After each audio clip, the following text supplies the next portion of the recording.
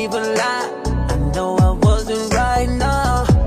I took you for granted and now it seems like you don't wanna try, and I don't wanna say goodbye.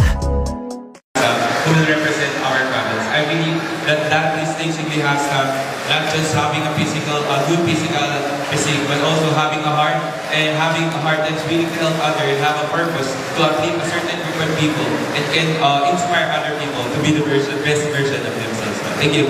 So the question is, there are a lot of male pageant in the Philippines.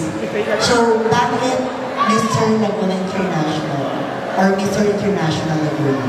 I chose Mr. International Laguna because this is the first time that we have Mr. International here in Laguna, and I want to be in that story. I am here not just to showcase my physical attribute, but to serve as an inspiration and to be a role model, because I have the eagerness in my heart to work with organizations that can help bring back our community. Thank you. Same question. Can you repeat the question?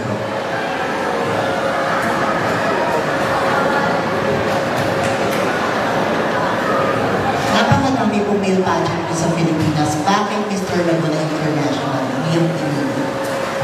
Pinili ko po yung Mr. International is gusto ko yung i-represent ang aking bayan, Santa Rosa bayan. Gusto ko yung isang magandang role model sa akin sa Santa Rosa at tapos ang aking confidence dahil ito yung muna akong pagsabi sa professional na bayan. Yun lang po, salamat.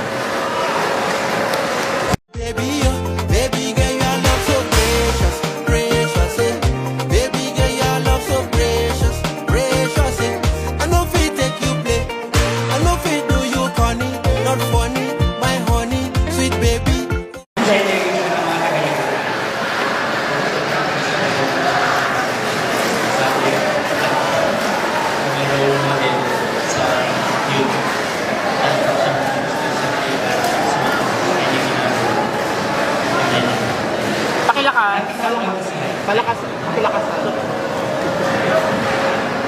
Ang isa sa katangian ng dapat sa Pilipinas ay dapat maging responsable siya sa mga bagay na kanyang ginagawa upang maging role model siya sa mga babae.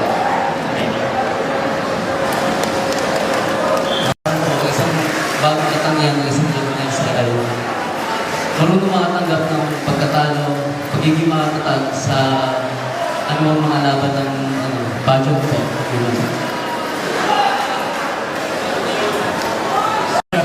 So, para sa akin, ang isang katangian ng isang Lagunense is pagkakaroon ng respeto.